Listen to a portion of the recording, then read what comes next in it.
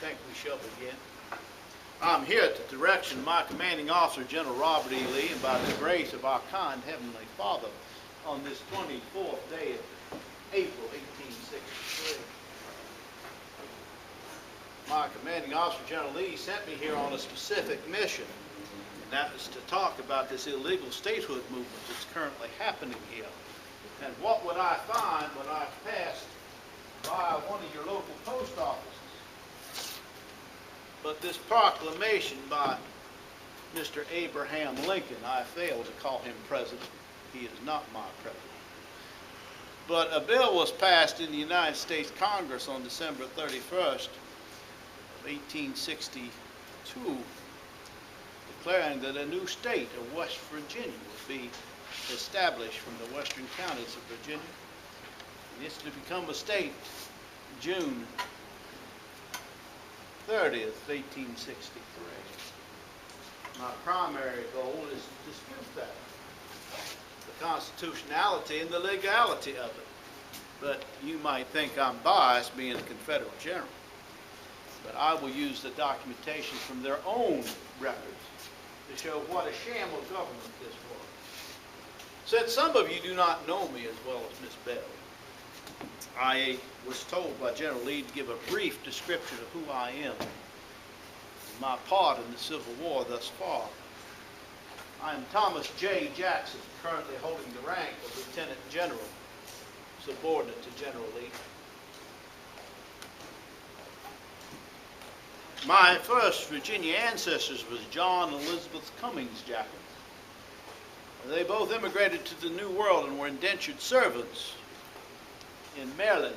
After completing their indentured servitude, they were married and immigrated to Moorefield, Virginia. After a short stay there, they went further west, ending up in what you now know as Upshur County, and they laid out the town plat for the town of Buchanan, Virginia, from their landholdings. John and his eldest two sons, George and Edward, would serve in the Revolutionary War, and upon returning, my grandfather, Colonel Edward, would purchase property on the West Fork River that you now know as Jackson Mills. Colonel Edward had 2 wives and 12 children. Their third child, Jonathan, was my father, and he was a lawyer.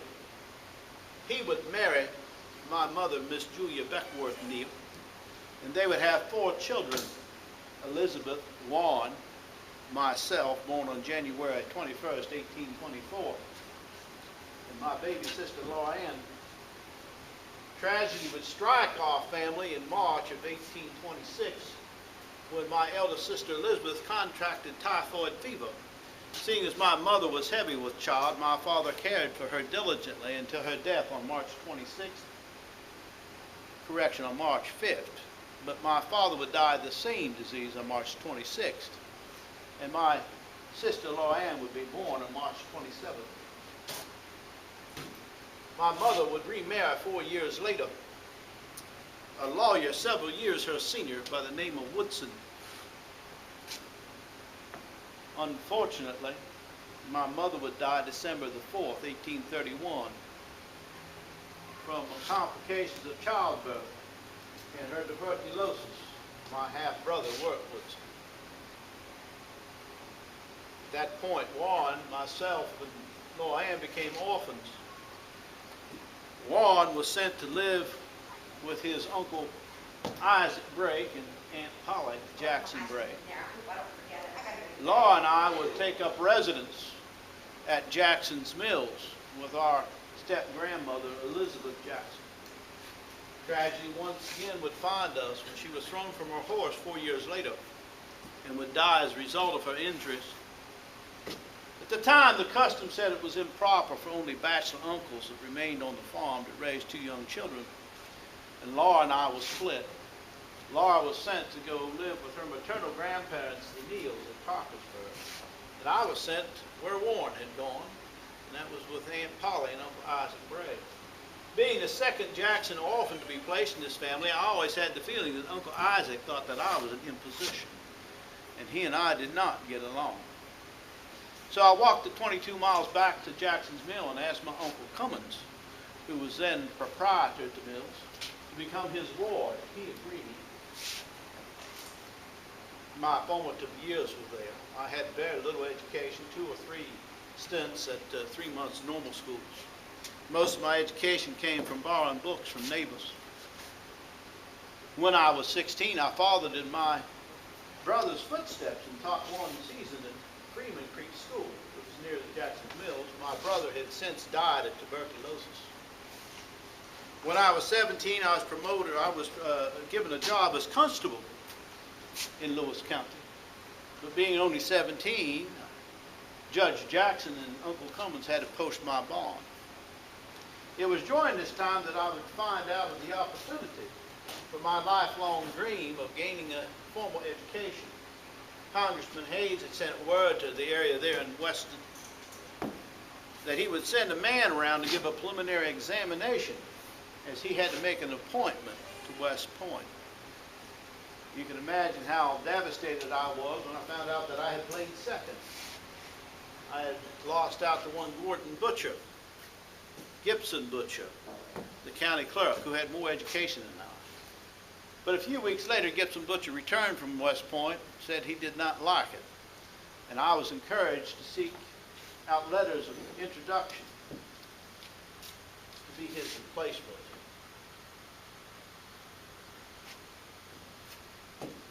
There was 133 of us that was invited to West Point that year. 123 of us showed up to take the formal entrance exam.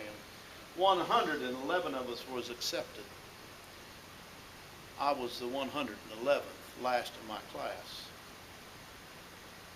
4 years later, the 59 of us who survived graduated, and I graduated 17th out of the class of 59.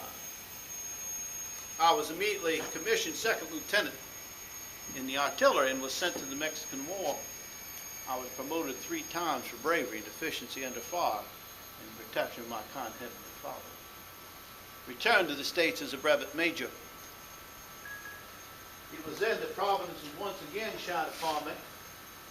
Colonel Smith, the superintendent of the Virginia Military Institute at Lexington, Virginia, sent me a letter offering me the position of chair of natural and experimental philosophy, which is the teaching of all sciences that do not come under the discipline of chemistry or biology. I was also encouraged to give instruction in artillery.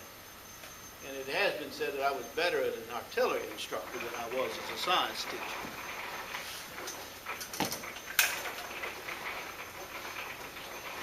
My life was lovely there. I became familiar with the president of Washington College, which shared the same ridgeline as VMI, Dr. George Junkin, and would eventually marry his second daughter, Eleanor Junkin. We were married August the 4th of 1853. Unfortunately, I would lose my wife and my stillborn son on October 22nd, 1854. I would remarry in 1856 to a dear friend's younger sister, Miss Isabella Hill, the wife of D.H. Hill, who had recommended me to Colonel Smith for the position at VMI. Younger sisters had visited her in Lexington on time before I was married, and I had provided escort for them throughout the town. So I went to visit her father, Dr. Robert Hall Morrison, Presbyterian minister, founder and past president of the Davison College in North Carolina, and asked if I could seek his daughter's hand in marriage. He approved. We were married on July 16, 1857. We had a lovely life there in Lexington. I became a deacon of the Presbyterian Church. And one of the things I'm most proud of in my life is the establishment of the black Sunday school class there that continues to grow to this day. But John Brown's raid in '59 stirred up the controversy that we seem to be paying for now. I was ordered to bring the cadets from VMI to Charlestown to serve as security during his execution. That being followed by Mr. Lincoln's campaign for office stirred up the controversy that we find ourselves in the middle of now. I'm now starting to get closer to the reason that I'm here. although I'll do a brief summary of the battles that I've participated in so far. You see, Mr. Lincoln was elected on a platform that the South simply could not withstand. You hear a lot of talk about slavery, but that was not the base issue.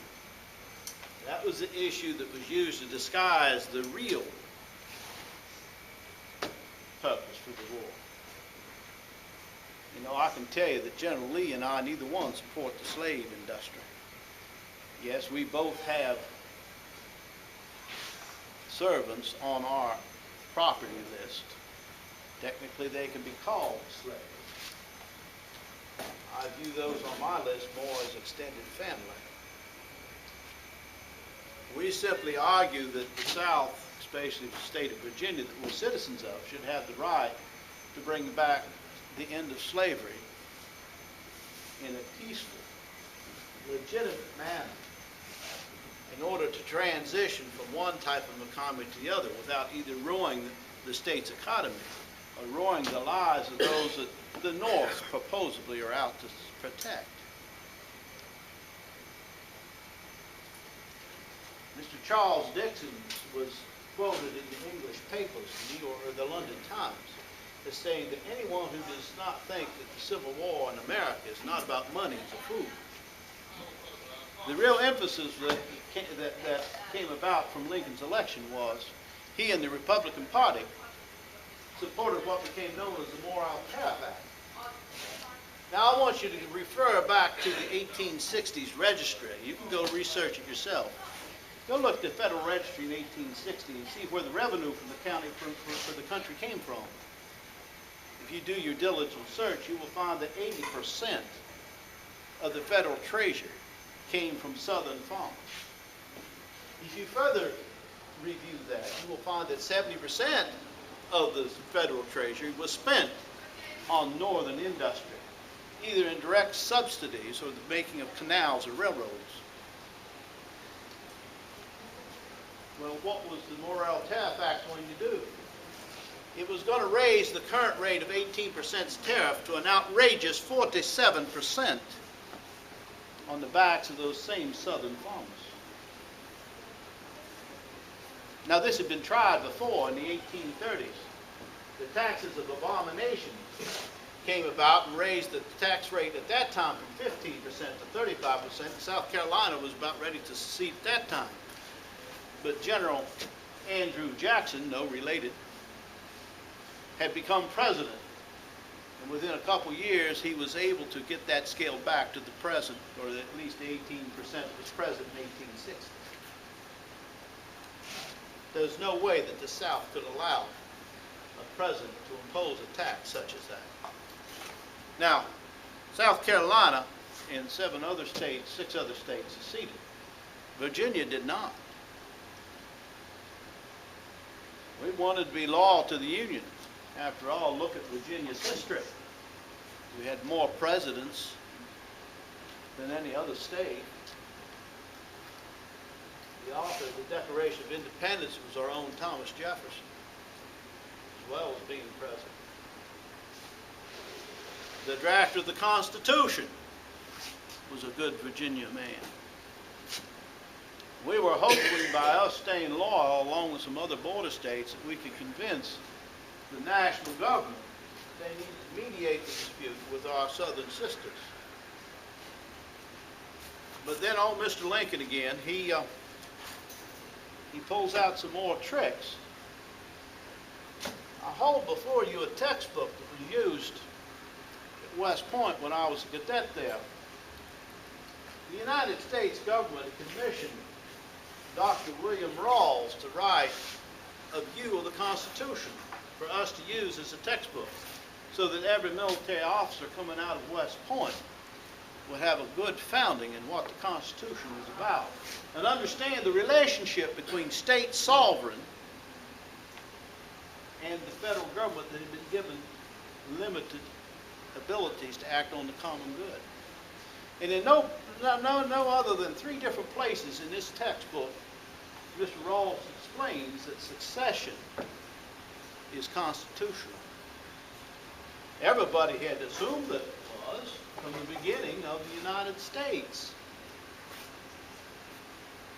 Virginia had passed a concurrent resolution when adopting the Constitution, stating that very fact, that when its citizens were determined that withdrawing from this union would be more beneficial to the citizens, and they had the right to do so. Rhode Island passed a similar one. Many other states didn't even see the necessity of it, because in the Constitution itself it gave a very narrow framework for the federal government to work in. Only those powers that the state had loaned to the federal government. Mr. Lincoln was the first one to challenge this and said, no, once in, always in. No one before had ever thought of that. Quite frankly, the South was not the first ones to speak of secession.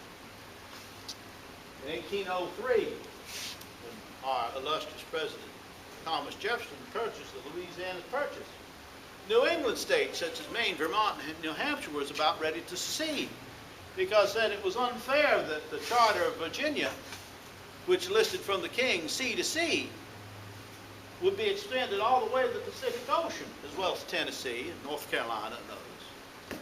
And therefore they said that they could not compete with such states as being so large. Well, what did the southern states do? They saw the dilemma. They agreed that they were in this confederation.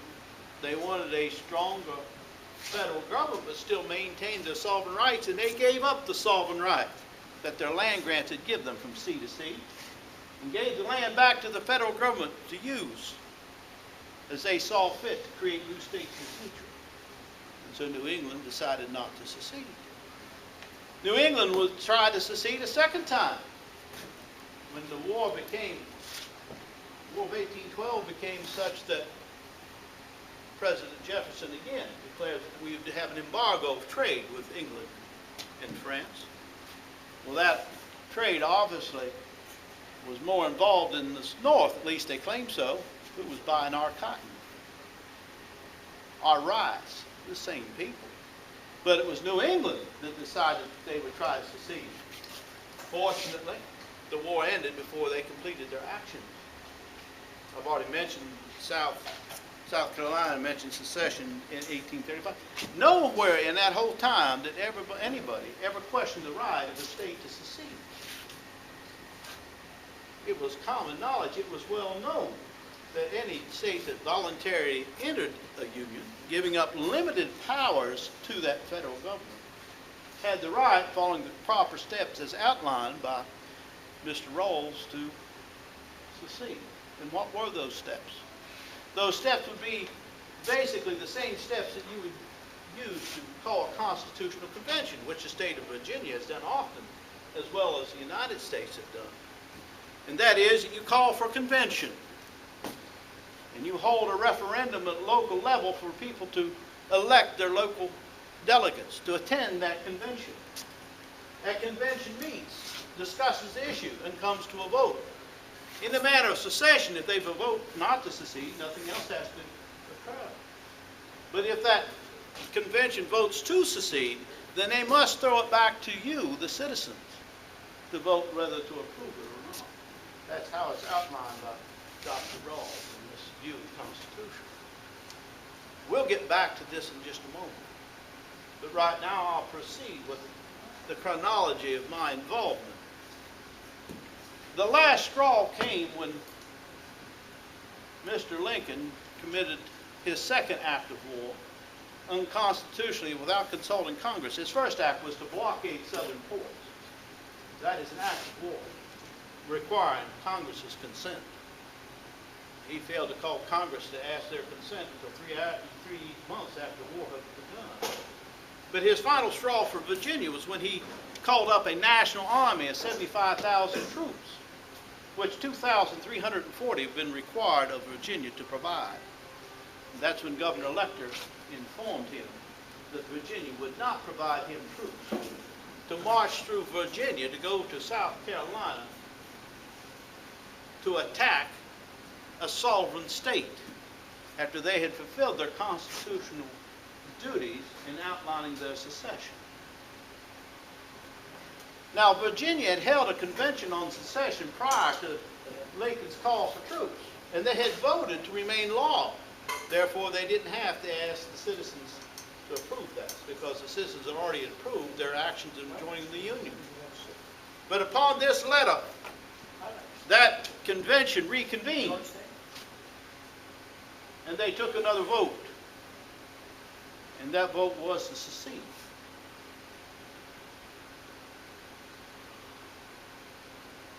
We'll pick up on that point in a minute. Well, upon Virginia's secession, my duty was very clear. I found myself to be the ranking officer at VMI. I was first a citizen of Virginia, and because Virginia was part of the Union, I had served the Union in the Mexican War. Once Virginia withdrew from the Union, I no longer had any part in the United States. I was a citizen of my sovereign state of Virginia, and to her I owed my allegiance. I was soon summoned to bring the cadets to Richmond to act as drill instructors. Then I was promoted to colonel and placed at Harper's Ferry to organize the volunteers and the militia there. 3 weeks later, we were accepted into the Confederacy, and I into the Confederate Army. And Joseph Johnson was given command of our area. General Johnson promoted me to brigadier general and gave me 1st Brigade, which you've come to know as the Stonewall Brigade. Our first actions was at Manassas. My duty was to hold my troops into reserve on the reserve side of Henry House Hill. And there my troops would learn why I drilled them so hard.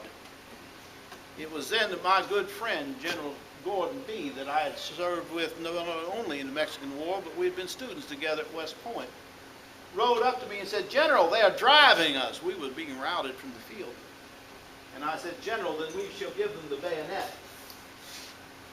That gallant general rode off to the oblique to rally his troops, and in so doing he drew his sword and pointed to my men and said, "Look there at Jackson's men. They're standing like a stone wall.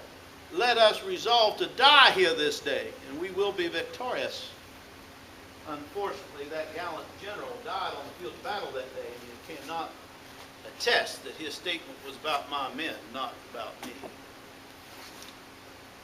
Well, following the Battle of Manassas, I was promoted to Major General and given the Shenandoah Valley.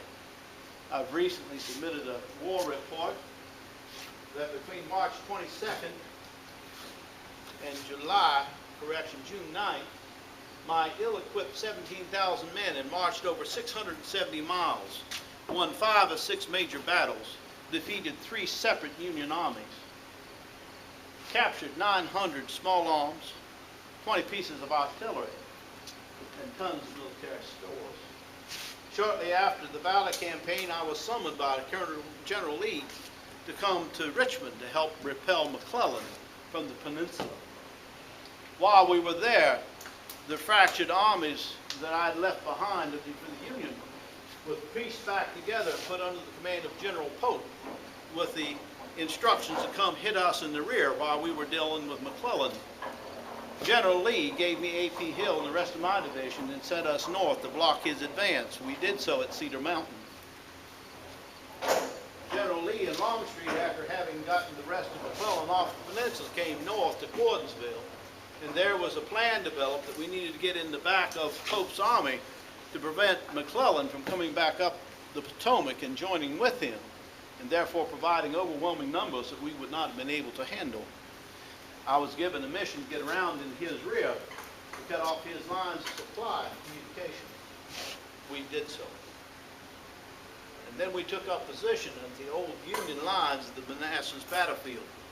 I put my men in an abandoned railroad cut. It actually was a railroad cut that had not been finished. The tracks had not been laid, but the ballast was there. And there for 3 days I withstood the full onslaught of Pope's army, until Lee and Longstreet could come through Thurfeld Gap and roll up their flank. It would be at this time that General Lee thought it was appropriate to invade the North. We had several objectives. One, get the Union Army out of northern Virginia so our farmers could harvest their crops. 2 was hopefully to liberate Maryland I've got to stop here on a sidetrack to tell you a little bit about Lincoln here again. Lincoln had no regard for the Constitution. Why would we need to liberate Maryland? Well, he had declared martial law there and locked up the state's legislature to prevent them from even discussing the issue of secession. Duly elected representatives of the state of Maryland were arrested, sent off to Fort Lafayette in New York as political prisoners to keep them from exercising their duly elected rights and responsibilities to the citizens of Maryland. Does that sound to you like a man that's upholding the Constitution he swore to uphold? Well, that was one of our objectives. Another objective was that we severely needed the help of England and France. We was hoping that they would come in and recognize the South based upon their trade with us that had been interrupted because of the northern blockade. But I guess that they were waiting to see whether we were sufficiently strong enough to be worthy of their recognition. Well, after the defeat of three armies in the Shenandoah Valley, the repulsing of McClellan, the defeat of Pope's army, General Lee felt that if we had one more major victory up on northern soil, that it would be emphasis for England and France to recognize us and to help provide us with a navy that we really did not have. The fourth objective, now these are all strategic or political. I'll get into the tactical objective in a minute. The fourth objective, it was nearing the midterm elections of '62. And President Lincoln's war coalition was pretty fragile. They called them copperheads up north, but they were peace Democrats that wanted to allow us to go and live in peace and have two nations that could cooperate each other but could go their separate ways.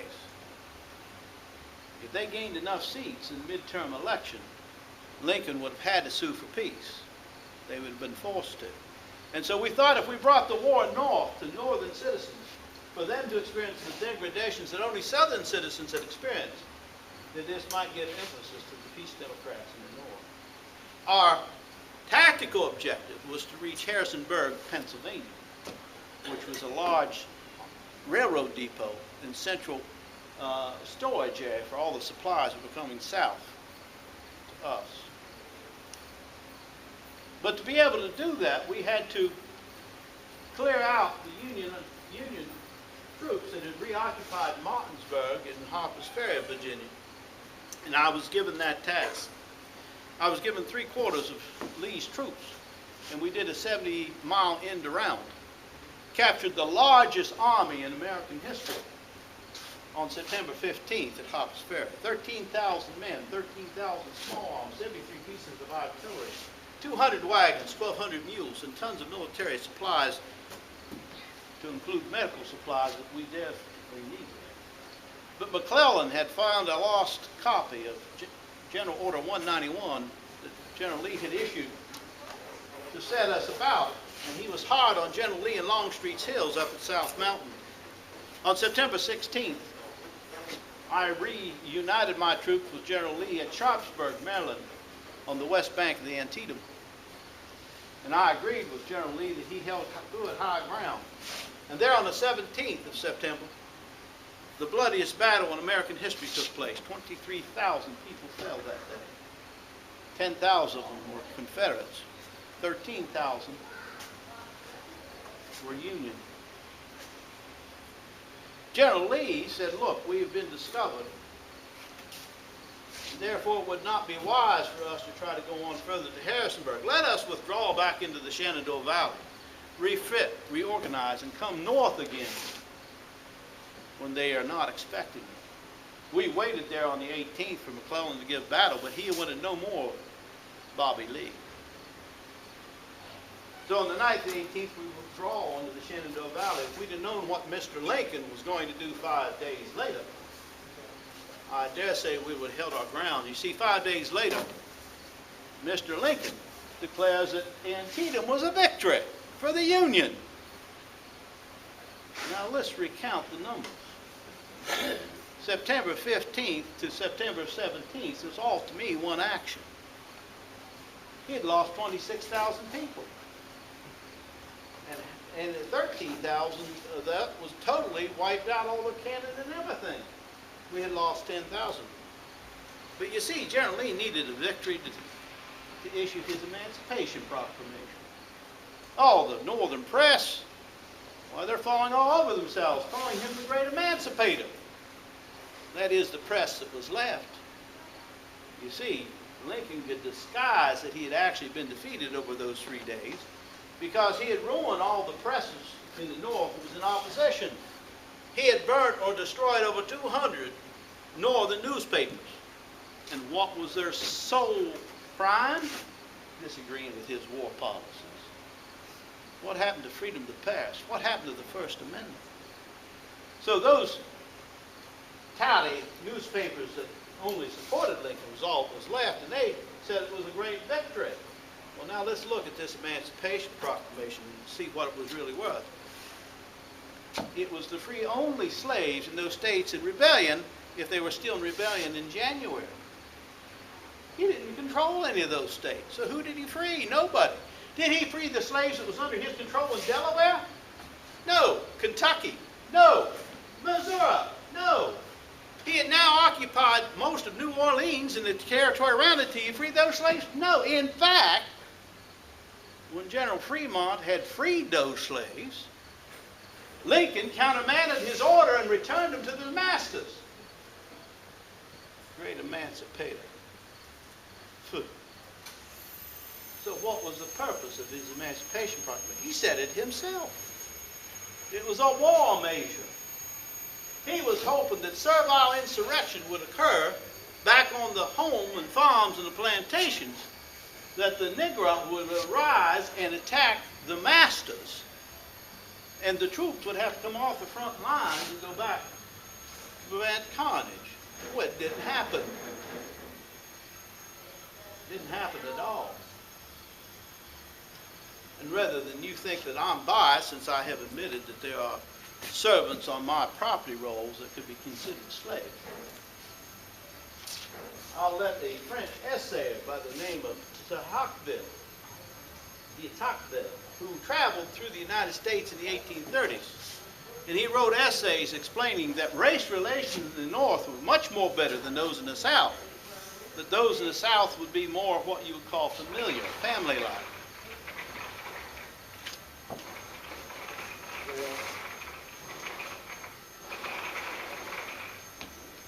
Get back to the war, I was promoted to my current rank of Lieutenant General.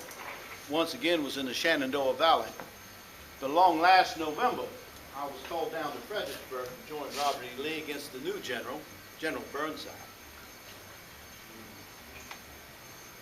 And joined the Battle of Fredericksburg that lasted from December 11th to December 15th. The Union lost 12,600 people to our 4,003. During the winter, it became apparent to us of this illegal government called the Restored Government of Virginia that was operating out of Wheeling in their movement to create a new state that they're calling West Virginia. General Lee thought that it would be best that if he sent out some of his subordinates to come into our area to talk to our good citizens so that you were fully aware of what was going on and to tell you not to fall for the ruse. Now, I'm a field general. I'm not much into politics and statistics. So General Lee's headquarters and staff, along with my staff, put together this poster board for me and about this illegal statehood movement. I hope that you permit me to read a few passages to you.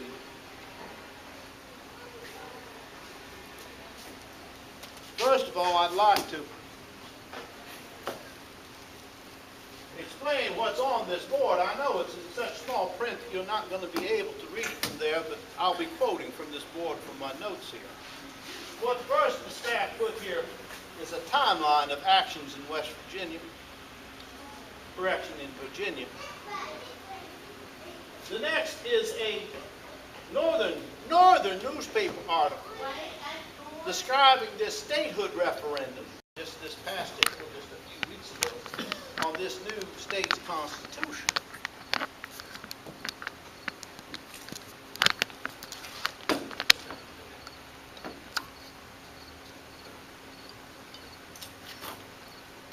Well, these new people, actually the Northern Republican industrialists that are trying to push this statehood movement, are making a big deal that the western counties of Virginia had always sought to separate themselves from Virginia. Through this progression, we do find in 1829 that there was a controversy of eastern and western sections of Virginia spread up during the Constitutional Convention. At that time, delegates from the western counties had gone to Richmond and argued that they were not being fairly treated.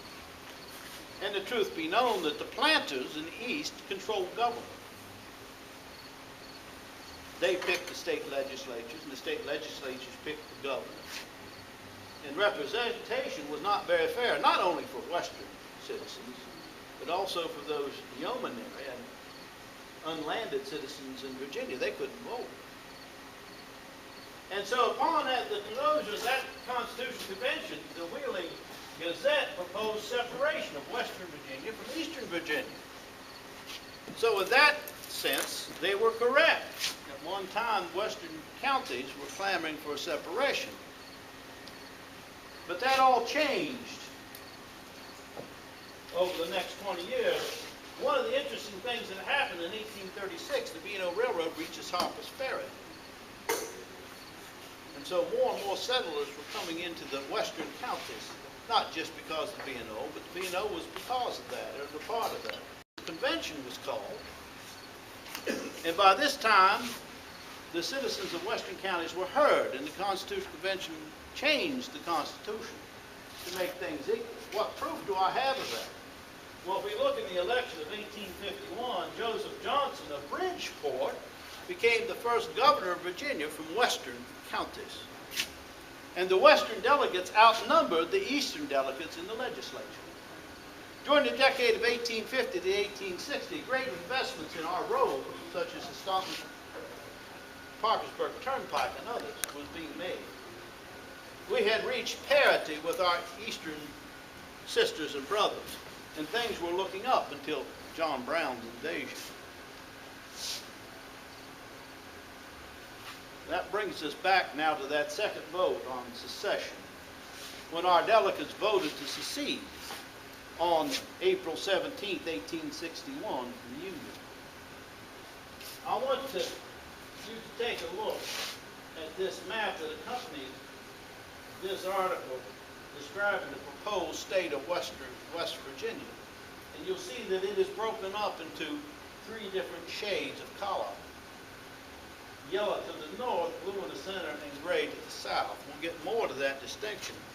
But right now, I want to concentrate on the yellow section here to the north. They were heavily influenced by northern industry and northern money. And these northern industrialists had gotten themselves elected as local delegates to the convention. Well, upon the overwhelming vote in the convention to secede, these delegates from these 16 counties went scrambling back home and had a meeting. That meeting occurred on May 13th to May 15th. And already they were plotting to create a new state. Now, what was wrong with that? Remember the three steps I said that Rawls lined out for secession. Well, the convention had only voted to recommend secession to the citizens. The vote by the citizens had not been cast yet. And they're already planning a new state. Well, somebody came to their senses and said, wait a minute, we better wait and see what the citizens have to say. Well, the citizens overwhelmingly supported secession. Over 85% of the voters from Virginia voted in favor of secession. So they would meet again in what is now known as the Second Wheeling Convention in 1861 between June 11th and the 25th. And they created what we now call the false government, or the restored government of Virginia, declaring themselves to be the true government, law to the Union. But again, it was only a pretext to get around the United States Constitution. See, there's a little minor detail in the United States Constitution that says if a state's going to be formed from within the boundaries of an original state, the original state has to give its permission. That's the reason they had to form the restored government of Virginia, so they could give themselves permission to create their own state. You know, Sometimes people are blind, but we're not ignorant. One only has to look at the public record to see the party and business affiliations. Check out Carlisle. Check out Willie. Check out Pierpont. Follow the money. You'll see that they're heavily invested in the B&O Railroad, the coal industry, the iron industry, and the burgeoning starting of the oil industry. They're all wrapped up in it. This so-called restored government of Virginia rushed to hold a referendum on the question of forming a new state on October 24th, 1861, before they ever asked to become part of the Union. They weren't recognized as part of the Union until May 13th, 1862. Again, they're putting the cart before the horse. They keep leading with this idea of creating the new state. They claimed that this state that they had the gall to call West Virginia had overwhelming support from the voters of the state that they proposed. Well, let's look at their own documentation. First of all, let's look at this petition when they first said, let's have the referendum. In this article here, their own lieutenant governor. This is their own lieutenant governor, Daniel Posey, was recorded during the Second Whig Convention as asking the question, where is the proof that an overwhelming clamor for action for a new state exists? He was given 3 petitions containing 700 names. He was not impressed. When you look at the outline of the boundaries proposed to be this new state, 65,000 registered voters were on the rolls in 1860, and only 700 of them was wanting a new state. Let's look at the results of this so-called referendum on statehood that was held on October 24, 1864, in the recorded minutes of the restored government of Virginia. This is a quote right here. If you want to come over and take a look at it after the presentation. Secretary of the Commonwealth, L.A. Hagan, starts by saying, the returns from many of the counties reached this office in a confused state. But we believe them to be correct. Does that sound like political double talk to you? How is anything in the state of confusion have the gall to be called correct?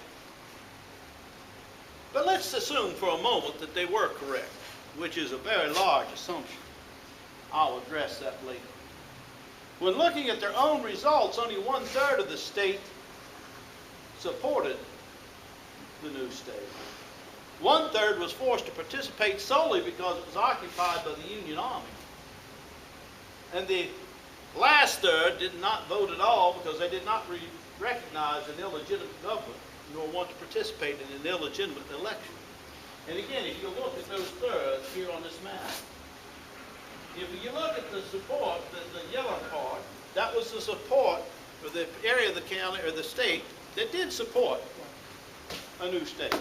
Those 16 counties were all north of or contingent to the B&O Railroad. Or they were in a triangle between the Monongahela River and the Ohio River. This area for a long time had been greatly influenced by northern industry and northern wealth and investment. Out of 65,000 voters on the rolls, only 17,000 voted in this election. And 70% of the approval came from those 16 counties. If we go down to the third, or the next third of the state you see in blue there, the only reason the election was held at all was because the Union armies forced the polls to be opened.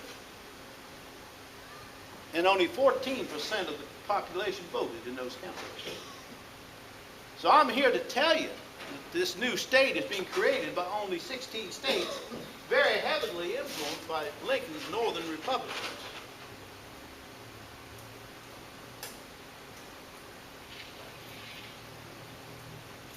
Well, let's look at the assumption of correctness now. We let that go for a while. We said if everything's correct, you can see it's still only 16 counties was creating the state. But now let's take a look at this 70% vote in those 16 counties and see how accurate it was. And again, not Confederate speaking here. I'm going to quote the people in that election, in that restored government. Delegate Chapman J. Stewart said in this very meeting where they recalled these, "Now, Mr. President, to show you, and it needs but to be looked at the figures to satisfy the mind of every member, that even a majority of the people have never come to the polls and expressed their sentiments in favor of the new state." 17,000 people voted compared out of 65,000 registered voters. Then he goes on to say, and even in some of them, the votes came from the Army. Now, I've got a lot of Virginia troops in my unit. The majority of the Stonewall Brigade are from Virginia. And if the state of Virginia was to hold an election and they were not in their county to vote, I see no reason why they could not file their votes in our camps and we could forward them. But I do object to a high Union soldiers voting in Hampshire County for a new state just because they're stationed there. And that's what happened right here in your county. That's what Mr. Stewart was referring to. It was common knowledge that Union soldiers of a higher regiment had voted in Hampshire County. And if we come up here and look at the Hampshire County vote, we will find that 195 votes were in the affirmative for a new state. That doesn't surprise me, seeing how those Union Ohio soldiers voted. What surprised me is the 18 brave souls that stood forward and said, no, there should not be a new state. Can you imagine the guts it took for them to pass by the crossed bayonets at the poll house doors and vote in the negative? I wish those people were part of my army. That's the people I need to have. Well, let's go on. John Alexander Williams called the vote in Kanawha County an absurdly large and was seriously atypical of the surrounding counties. Kanawha County had changed hands about 3 months before the election. And guess who was stationed in Kanawha County? Another large regiment of General Cox's Ohio troops. I've also been informed that although I have not had time to verify it, that there were more votes cast in Wood County, that's Parkersburg, where the B&O Railroad terminus is, that there were more votes cast there than there were registered voters. This was the headquarters of General Cox and his Ohio regiments. Judge Joseph Applegate of Wellsburg, that's the next major city north of Wheeling, where the convention was taking place, wrote this to Governor Capon: I resign my commission that I received of you to swear in the officers of the county of Brooke on the accounts of the reasons I've already forwarded to you. And those reasons were the blatantly false reporting of votes for statehood from his county of Brooke. Now, while I do not agree with the man's politics, being a Union supporter, I do admire the man's honesty and gallantry. That he resigned his office as judge and refused to swear the officers in because he knew that the reporting of these vote totals was blatantly false. John G. Jacob, the owner of the editor of the Wellsburg Herald, said in an editorial that he believed the delegates of the Wheeling Convention were more interested in the state offices for themselves than in the welfare of Western Virginia. Follow the money. They were in it for their own pockets. Well, what about this lower third? You see, the Union Army was not in these counties. They chose not to participate, so they didn't vote at all. They saw it as an illegal election.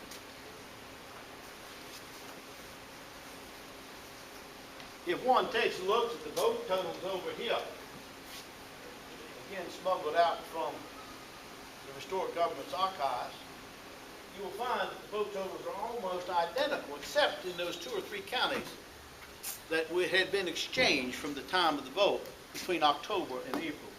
There were 1 or 2 counties that we had regained military control of, and 1 or 2 counties that the Union had gained military control of. and you'll see a complete reversal in their voting. The reversal for the Confederates that we controlled.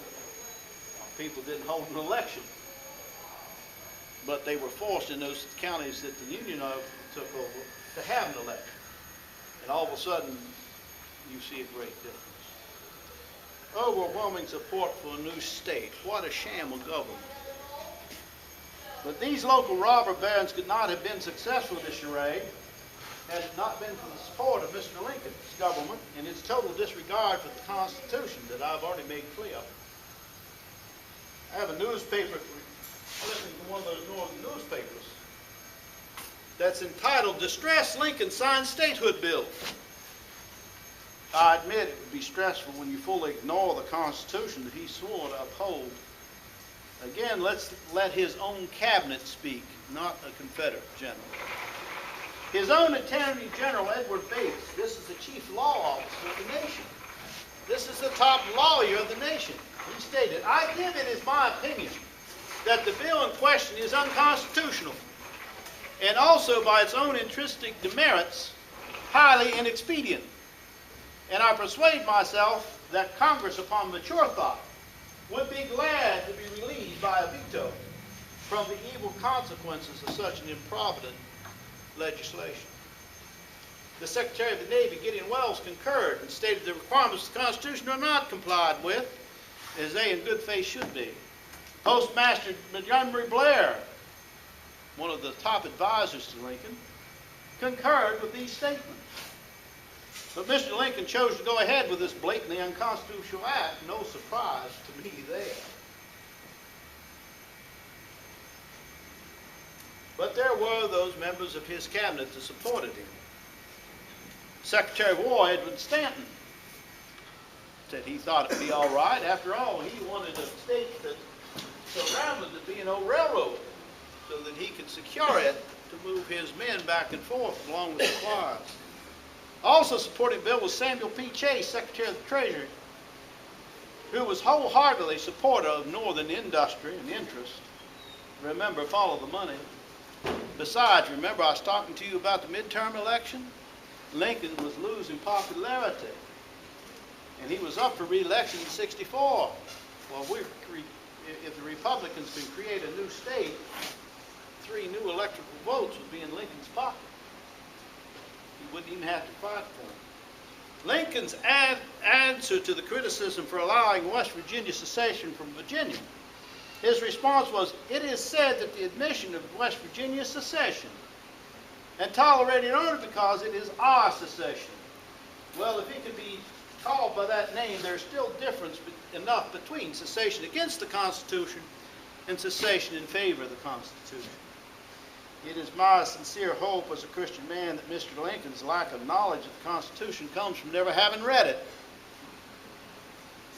I state this because, as I've previously stated, up until Lincoln's ascendancy to the President, the right for a state to secede had not been questioned. Mr. Lincoln simply uses and abuses that precious document whenever it suits his dictatorial nature.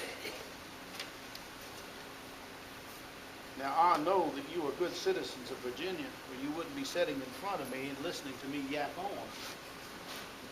But I do believe that not all your local papers have carried all the facts about this statehood movement that's been going on. That concludes my formal presentation, but I'm willing to take questions if you have any.